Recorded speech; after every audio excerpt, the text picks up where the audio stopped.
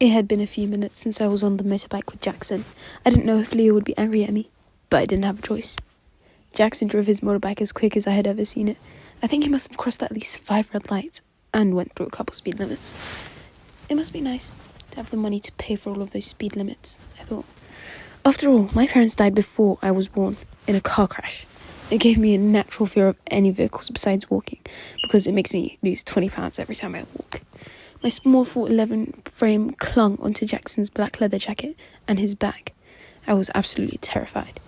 Suddenly, the motorbike stopped and I got off immediately, shaking and squirming as if I had just been punched, which I had many a time by those popular blonde girls with azure orbs. "Come inside. This is my humble abode, my honey sugar swab," Jackson spoke as I blushed immensely. He was just way too good with his words. Okay, Jackson," I managed to stutter out. He led me into this huge mansion made of bricks and somehow gold specks. I was absolutely terrified. I was so used to living inside my apartment alone, and I had never been to a boy's house. Eek!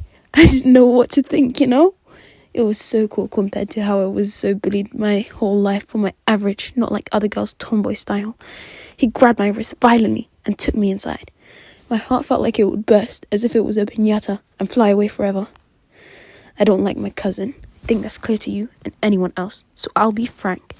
He continued talking as we went up a spiral staircase, and I spotted some ladies dressed in black and white, almost as if they were made.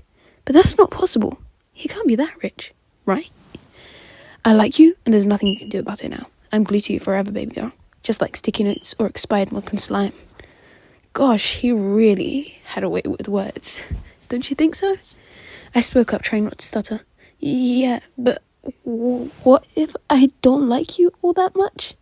He stopped immediately and looked me in the eyes, his emeralds flashing like a zebra crossing. "You don't get to talk. You don't have permission. You may speak when spoken to." I felt like my breath getting taken away, and I could only manage to nod as he dragged me down the hallway and threw me into a room. I felt so dizzy because I barely even ate, and because I was incredibly skinny. Only 55 pounds. "You will stay here till sunrise," he growled, and with that, he left, locking the door.